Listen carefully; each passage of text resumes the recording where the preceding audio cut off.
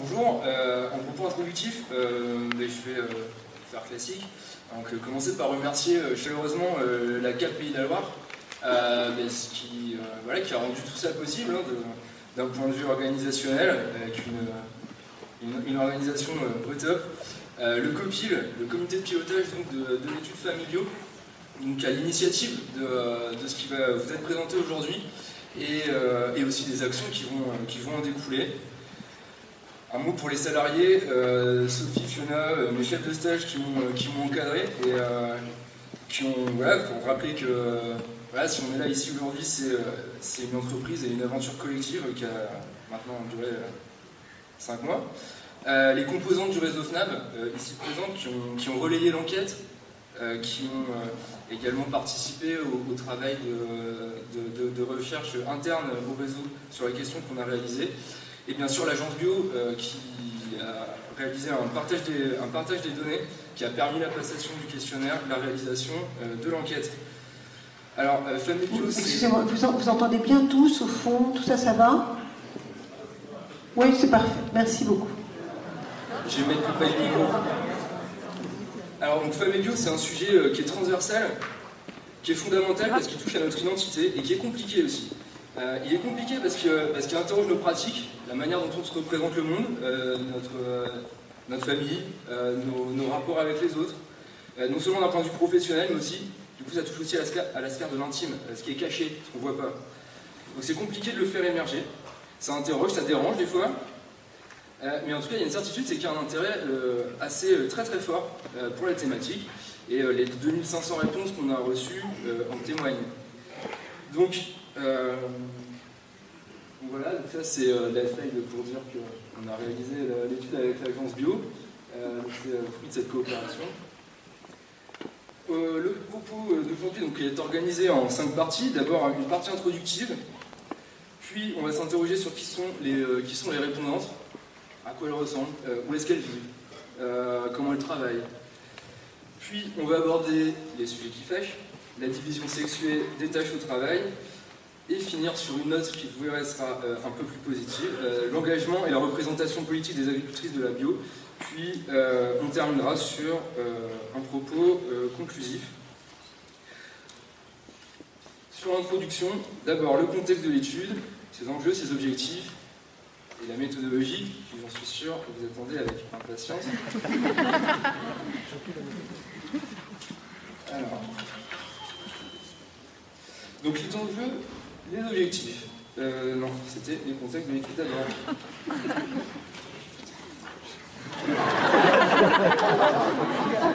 Alors, donc, le contexte de l'étude, c'est une initiative d'administratrice du réseau FNAB suite à l'AG de l'année dernière, en 2017, qui a abouti à la constitution d'un groupe de travail national composé de 17 productrices et producteurs, mais aussi, il faut le dire, d'un certain nombre de salariés qui se sont mobilisés, qui ont été sensibles à la thématique, et qu'il ne faut pas oublier. D'ailleurs, la part des salariés femmes est très importante dans le réseau, et elle contribue largement à porter la question. Et puis donc, un intérêt certain pour la thématique, puisqu'on a eu près de 2500 répondantes qui représentent, comme l'a précisé Nadou, à peu près un quart des productrices de l'agriculture bio aujourd'hui.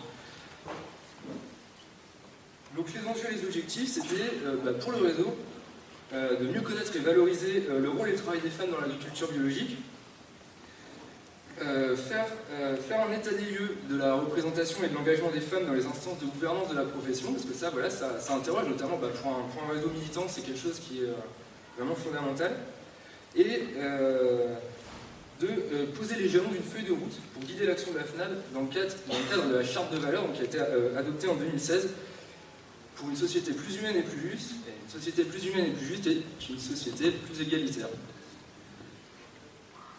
Et donc on parle bien de peut-être, on espère, un nouveau volet d'action de la FNAB sur le long terme. Sur la méthodologie, donc on est parti d'une idée forte pour construire le questionnaire. C'est de penser sur un même plan de travail sur la ferme, le travail domestique et le travail militant. C'est des choses qu'on a tendance à voir comme cloisonnées dans la vie, alors qu'en réalité, c'est des dimensions de la vie qui sont étroitement imbriquées, et elles ont un impact les unes sur les autres. Du coup, on a essayé de les articuler. Sur le mode de passation, donc on a fait un questionnaire. Ce questionnaire a été envoyé à toutes les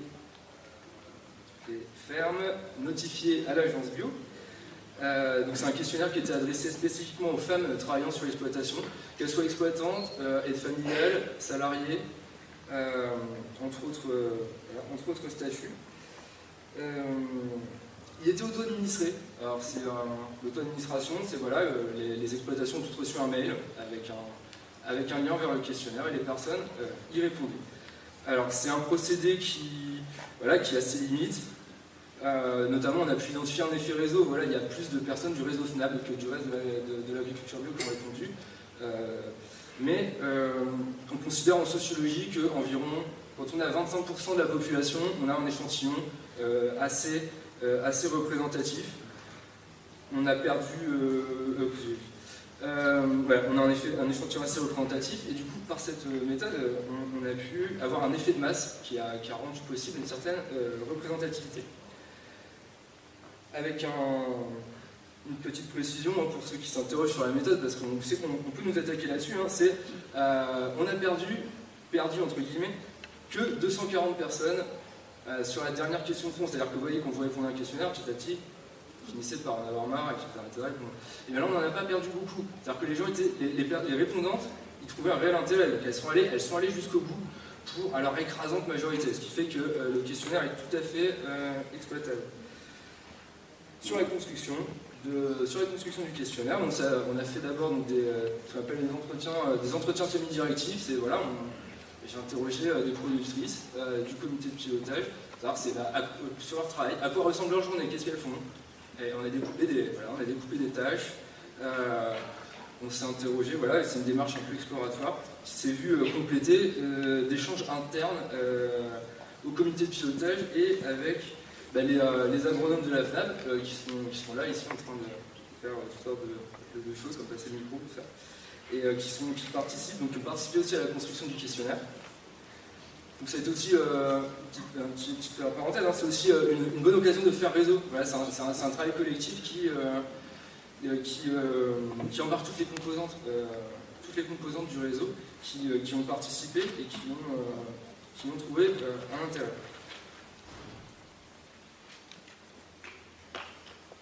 Alors,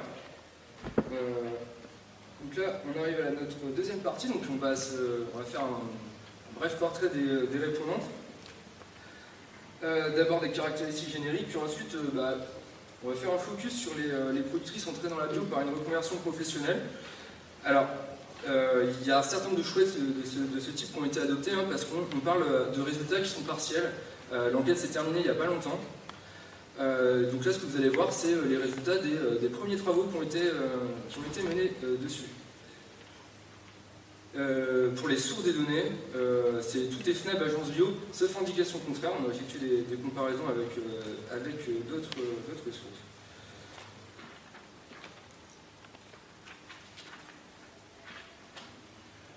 Donc, sur les caractéristiques génériques donc des femmes de la population des agricultrices bio, donc on voit qu'elles sont beaucoup plus jeunes, bien plus jeunes. Parce que là on parle de moyenne, bien plus jeunes qu'en agriculture conventionnelle. Donc elles ont en moyenne 45 ans, contre 51,5 dans l'agriculture conventionnelle. Donc en moyenne, ça implique quand même une grosse différence. C'est des agricultrices bio qui sont très diplômées. Donc on a 89% qui ont un niveau supérieur ou égal au bac, donc 44,8% dans l'agriculture conventionnelle et 44% de la population française.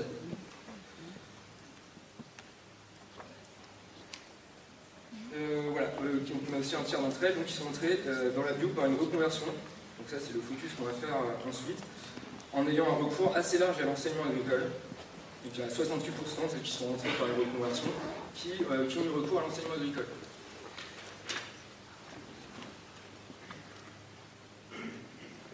Alors c'est parti pour le focus sur les productrices de la bio entrées par une reconversion professionnelle.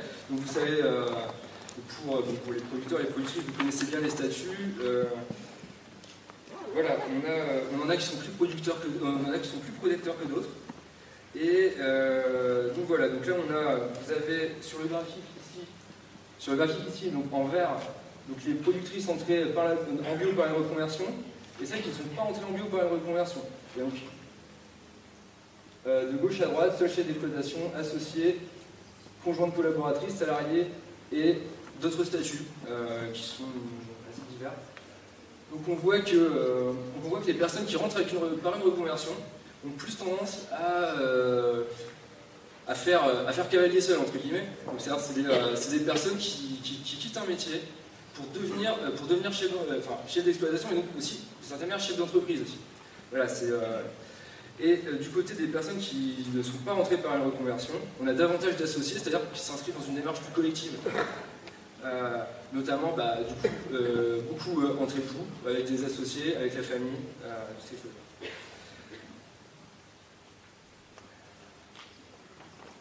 Ah oui, ça pose aussi une question, voilà, qui là du coup va nous introduire un peu aussi. Voilà, c'est les personnes qui arrivent en reconversion. Donc peut-être aussi, voilà, c'est une hypothèse qu'on pose, hein, on va essayer d'approfondir, arrive peut-être sur des surfaces plus petites, dû notamment au choix des filières qu'elles font, donc choix de filières qui arrivent. Donc là on constate, donc là voilà, on a 5 filières qu'on a traitées dans l'enquête, polyculture élevage, grande culture, viticulture, maraîchage et arboriculture, et donc les personnes en reconversion. Donc chez elles, on constate un certain engouement pour le maraîchage. Voilà, le maraîchage, c'est quelque chose qui est à la mode, hein, avec le développement des AMAP et tout ça. Et donc ça suscite un certain engouement. On a aussi une grande part d'entre elles qui arrivent en polyculture élevage et en arboriculture. Un constat qu'on peut faire ici, c'est que donc les productrices qui sont arrivées par une reconversion choisissent des filières qui sont traditionnellement plus féminisées que les autres. La grande culture, on le sait à travers des enquêtes, et je pense que sur le terrain, vous devez le voir aussi, c'est quelque chose de moins féminisé. La viticulture aussi. Et donc là, j'ai vu tout à l'heure, j'ai échangé avec quelqu'un qui me disait qu'il y a à peu près 20% d'agricultrices qui sont en viticulture. Quand on est en reconversion, vous voyez là, ça dépasse à peine 5%. Donc il y a un effet qui est à noter.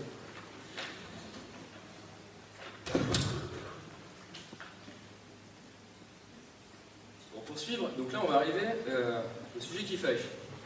La division sexuelle des tâches au travail. On va commencer par la répartition des tâches ménagères, donc ça c'est celui qui fâche le plus. Les tâches administratives. Enfin, ensuite, on va arriver donc, sur ce que Nadou évoquait, c'est-à-dire les femmes actrices de la diversification, de l'innovation en agriculture, donc sur la vente directe à la ferme, la transformation directe, puis pour illustrer les divisions genrées du travail sur la ferme, on prend l'exemple du soin aux animaux en polyculture élevage. Puis on verra ce qui reste à approfondir. Donc, la répartition des tâches ménagères. Alors, en vert, les productrices de l'agriculture biologique. En rouge, on a la population des femmes françaises. D'après une enquête de l'Institut national de la statistique et des études économiques en coopération avec l'Institut national des études démographiques. Donc, dans le questionnaire, on a repris exactement les mêmes questions, les mêmes qui sont dans cette enquête, pour pouvoir effectuer cette comparaison. C'est des chiffres de 2005, les nôtres sont de 2017, ça veut dire que, en fait, si on avait pris des chiffres plus récents pour la population française, l'écart serait peut-être pire. Probablement pire. Alors, de gauche à droite, tout à gauche, vous avez les situations donc, des personnes qui déclarent effectuer en totalité l'immense majorité des tâches ménagères. À côté, en majeure partie, vous avez un tout petit bout d'égale répartition qui est certainement dû au fait que quand les gens répondent au questionnaire, ils aiment bien les réponses intermédiaires, ils ne s'engagent pas trop. Vous avez aussi le cas où c'est plus le conjoint ou la conjointe qui s'en occupe. Il a une existence et c'est à noter, ça c'est important. Quand c'est toujours le ou la conjointe, bah, vous voyez, ça existe pratiquement pas. Alors, donc on voit un écart. Vous avez donc vous voyez là sur l'écran. Dans l'agriculture bio, donc la répartition des tâches est plus défavorable aux femmes que dans la population française. Et substantiellement.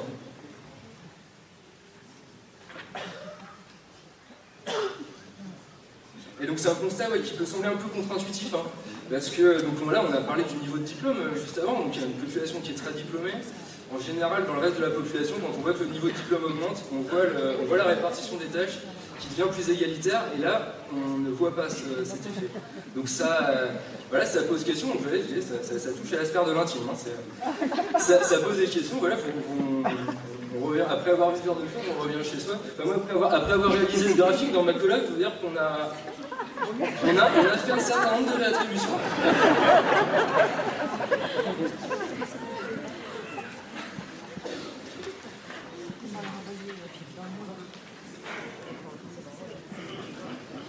Alors, on arrive à un autre sujet. Qui est bien connu. Hein, on le sait. C'est les tâches administratives. Donc ici, sur les tâches administratives, on a isolé les exploitations gérées en couple. Seulement les exploitations gérées en couple. Parce que, voilà, comme je vous l'ai dit, c'est des premiers résultats, et puis c'est ceux qui portent le plus. Alors, dans les exploitations gérées en couple, on a donc d'un côté les exploitations donc en vert sans salariés, les exploitations avec des salariés. Parce on s'est dit, voilà, peut-être que s'il y a des salariés, une partie des tâches administratives peut reposer aussi sur eux, et de fait décharger la chaîne d'exploitation d'une partie de ce travail qui, il faut le dire, n'est pas très marrant. Voilà, et donc ce qu'on constate ici, c'est qu'on voit que la présence de salariés, effectivement, décharge un peu, mais pas beaucoup en fait. L'exploitante, la productrice de ces tâches. Oui, enfin ça c'était un peu évident, j'aurais dû commencer par là. On voit assez clairement que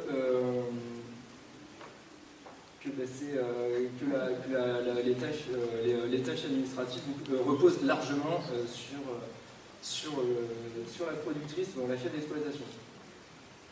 Donc c'est un peu, c'est en totalité, donc on a en totalité donc presque 45% qui s'occupent d'absolument tout. Voilà. Qui s'en occupent surtout à d'autres 45%, et après on a le partage avec des tiers. Donc, tiers qui est conjoint, salarié ou associé, dans le co-exploitant selon les cas.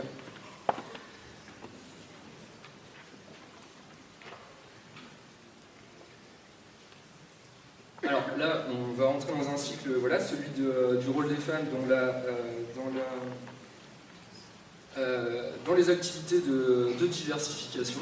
Voilà, donc c'est quelque chose qu'on voit de plus en plus. Donc, globalement, sur les résultats de l'enquête, on voit que toutes les fermes ne le font pas, mais ça se développe énormément. Et alors j'ai fait le calcul, c'était avant-hier, je crois, ou hier. Des fermes qui ont des activités de diversification, c'est quand même quasiment 50-60%, j'ai plus tout à fait le chiffre en tête, donc c'est quand même beaucoup de monde. Donc il a fallu en choisir, donc là on a choisi la vente directe. Et donc dans les exploitations pratiquant la vente directe, les exploitations gérées en couple pratiquant la vente directe, donc la vente directe est prise en charge par les femmes à 36% en totalité, à 45% en partie, c'est-à-dire là on peut penser qu'il y a une certaine forme de partage de cette activité. Et ce qui est surtout important, c'est, sur les graphiques, c'est les en totalité. Vous voyez, ça c'est des choses qui marquent. La même chose, on a la même chose du coup sur la transformation, les activités de transformation. Donc là, il faut être un peu prudent parce que ça concerne surtout, ça concerne pas toutes les filières de production. Et donc là, vous voyez le presque 44% de productrices qui le prennent en charge en totalité, il a plus de poids qu'ailleurs. J'ai mis noté quelque chose là-dessus.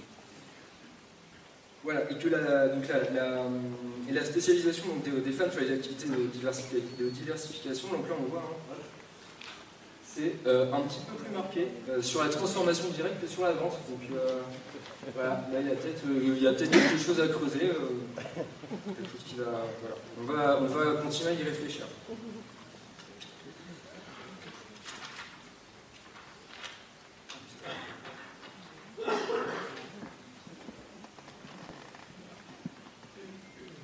Et donc là, on a aussi essayé de s'intéresser, voilà, parce que bon, avec ma directrice de recherche, on s'intéresse quand même on fait un peu de la sociologie du travail. Donc, la sociologie du travail, c'est regarder comment les gens travaillent et quel rapport de force, quel rapport sociaux se nouent dans les collectifs de travail ici. Donc ici, c'est encore une fois les exploitations en couple. Donc au travail, il y a des rapports, voilà, qui se nouent, qui sont socialement et historiquement construits. Et ici, bah, on en voit un. Donc c'est sur j'ai séparé en polyculture élevage. Donc il y a l'activité qui consiste à élever les animaux, à prendre soin des animaux, à les nourrir, à les traire, et les activités qui consistent à produire les végétaux qui les nourrissent. Et donc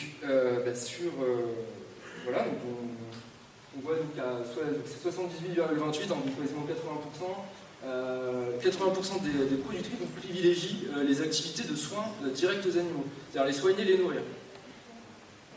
Tandis que seulement 18% n'ont pas de préférence, c'est-à-dire qu'elles font les deux, à égalité.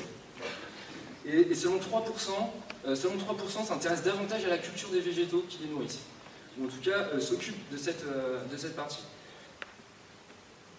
Et donc là, on a cette espèce de cette répartition qui est un peu écrasante, quoi. On a du 80-20. Ça illustre le résultat de ce qu'on appelle le processus de socialisation. C'est comment est-ce qu'on devient un être social. Donc c'est vrai qui se construit dans la famille, à l'école, tout au long de la vie aussi, qui mène en tout cas à une construction des préférences. Et il se trouve que la socialisation différenciée entre les hommes et les femmes, les petits garçons et les petites filles, il amène à des spécialisations dans le travail, jusque quand on est adulte et occupé à son activité professionnelle. Et c'est très marqué en agriculture, beaucoup plus que dans d'autres secteurs de la société. Alors, il y a des choses dont on n'a pas parlé, qui restent à approfondir. Là, on a parlé beaucoup de ce que font les femmes. On n'a pas parlé de ce qu'elles font pas. On n'a pas non plus parlé des activités qui sont réalisées indifféremment par les hommes ou par les femmes. Parce qu'il y en a. C'est ce que les anthropologues ils appellent ça les switch activities. C'est celles que. Voilà, c'est des activités qui n'ont pas de genre. Il y en a. On a fait. Il nous manque aussi donc, un travail approfondi sur les fermes qui sont gérées par des personnes seules, parce qu'il y en a beaucoup, et il y en a dans la bio, il y en a même pas mal. Et donc là il va falloir se pencher dessus. Une autre chose, c'est l'impact de l'âge sur les travaux réalisés, parce qu'évidemment on ne fait pas. Alors peut-être qu'on fait davantage qu'ailleurs la même chose à 20 ans qu'à 60. Ce qui, avec tous les problèmes de santé que ça peut poser, mais bon, il faut qu'on s'intéresse à l'impact de l'âge. Et encore, il y a plein d'autres choses. On peut, avec l'enquête qu'on a réalisée, on peut répondre encore à beaucoup d'autres questions. La partie réseau maintenant. Donc l'engagement et la représentation politique et syndicaux des femmes dans la bio. Donc on va voir qu'il y a un fort engagement des productrices. Et ensuite, on va s'intéresser à la représentation des femmes dans la gouvernance du réseau FNAB. Donc d'abord, d'un point de vue générique, vous avez 53% des répondantes qui adhèrent à un syndicat agricole. Dans la population française, c'est 11%. Après, ça, c'est propre à l'agriculture, qui est un milieu plus syndiqué, plus politisé que les autres milieux professionnels. Parmi ces personnes qui adhèrent à un syndicat agricole, on en a 21% qui occupent ou ont occupé un mandat. un mandat électif de représentation, voilà. Dans les organisations de défense, de la bio, dont fait partie le réseau SNAB, et voilà. On a 62% des répondants qui sont engagés dedans, donc voilà, quand on est agricultrice bio, on défend ses intérêts professionnels et les idéaux qu'on porte, et les idéaux portés par le choix d'être entré dans l'agriculture biologique. Et parmi ces personnes-là, on en a 13% qui ont occupé un mandat.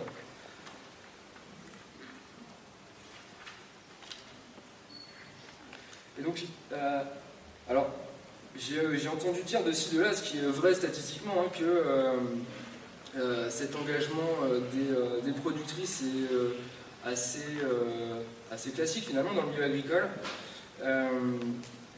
Mais il faudrait insister quand même sur le fait qu'il est quand même fort si, et là on va arriver à l'articulation entre les temps de la vie, si on tient compte déjà des autres engagements. Parce que là on a aussi, et ça bon voilà, on l'a pas sur la qu'une demi-heure, hein, sur la participation, voilà, il y a une forte participation à la vie locale, les associations sportives culturelles, les associations de parents d'élèves, voilà, donc qui ont été listées dans le questionnaire. 12% des répondantes, il y a quand même 12% des répondants qui ont occupé un mandat politique. Maire, on a des députés aussi hein, dans les répondants, députés, sénatrices. Et c'est un investissement d'autant plus fort si on tient compte de ce qu'on a appelé avec mes camarades la double journée des productrices, parce que comme vous avez pu voir à l'écran tout à l'heure, quand on tient compte voilà, alors ça on n'a pas encore pu vraiment le calculer, mais on voit que la moyenne à peu près, donc c'est 60 heures hebdomadaires, avec des variations importantes. Il y a des personnes qui travaillent jusqu'à plus de 100 heures hebdomadaires sur leur ferme. Donc 60 c'est vraiment une moyenne. Donc avec les 60 heures, la double journée, il y a quand même plein de gens qui arrivent à avoir un engagement syndical et un engagement dans la défense. De l'agriculture biologique qu'elle pratique. Et on tenait compte aussi, du faible taux de remplacement sur la ferme lors des activités syndicales. Alors déjà pour la maternité et tout, c'est déjà pas évident, mais alors pour les activités syndicales, c'est encore plus compliqué. Alors on connaît, là, il y a tout un ensemble de difficultés, donc on est en contact avec les services de remplacement là, actuellement pour essayer de voir avec eux comment est-ce qu'on pourrait construire une offre qui pourrait répondre à ce genre d'enjeu. Parce que ça, c'est un frein, il faut pouvoir se libérer pour avoir des activités militantes, et ça, c'est pas donné. Pour terminer, juste avant la conclusion, un petit focus sur un travail interne qu'on a mené dans le réseau. Pour les gens qui ne connaissent pas ou moins, on fait un petit récapitulatif. Donc voilà, le réseau est structuré. Donc on a à la base, on a des agriculteurs et des agricultrices, voilà, qui sont les forces vives de la bio et qui sont représentés dans le réseau au niveau départemental par des groupements d'agriculteurs biologiques. Ouais. Oui. Au niveau régional, dans des structures, donc des groupements régionaux d'agriculture biologique, les fédérations régionales d'agriculture biologique, et avec une instance de coordination qui est la Fédération nationale d'agriculture biologique qui vient en appui de toutes ces structures. On a donc différents niveaux de gouvernance. Donc à l'échelle départementale, on a pu calculer que dans les conseils d'administration, on a 21,62% de femmes en 2017. Quand on monte en région, cette part baisse à 15%. Elle remonte au niveau national. Au niveau national, on parle de plus que de 35 ou 40 personnes, et donc du coup, et aussi de personnes qui ont un très fort capital militant, donc qui militent depuis très longtemps. Et donc il y a plus d'effet voilà, ça se rééquilibre parce qu'on a des personnes, c'est devant moi, donc voilà, qui sont presque des militants professionnels et voilà, qui amène un équilibre, qui a des effets de personnalité. Vous voyez, les tendances statistiques ne marchent plus quand on parle de 30 ou 40 personnes. Et, on a un profil d'un point de vue démographique, du portrait de la population. Voilà, les femmes agricultrices en bio, elles sont plus jeunes, diplômées, engagées, donc elles ont effectivement un profil spécifique.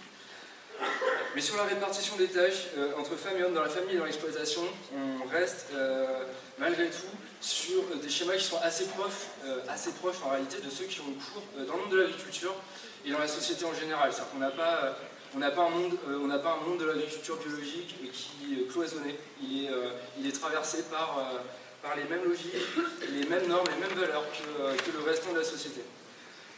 Sur ces questions-là. Pas sur le projet de la bio, bien sûr. Ça, c'est autre chose.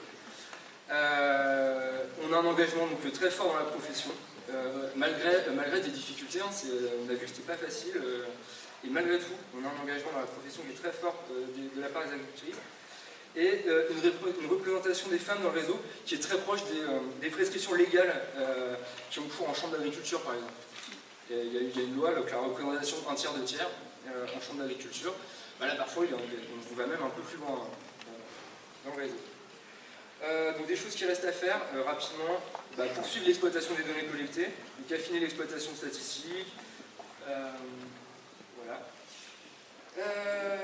Sur la place des femmes dans les activités de diversification, compléter, alors quelque chose qui serait bien, c'est compléter par des enquêtes qualitatives auprès des répondantes qui ont donné leur accord, pour revenir plus précisément sur la répartition des tâches, sur l'engagement des agricultrices, parce que l'engagement, là on a vu des mesures.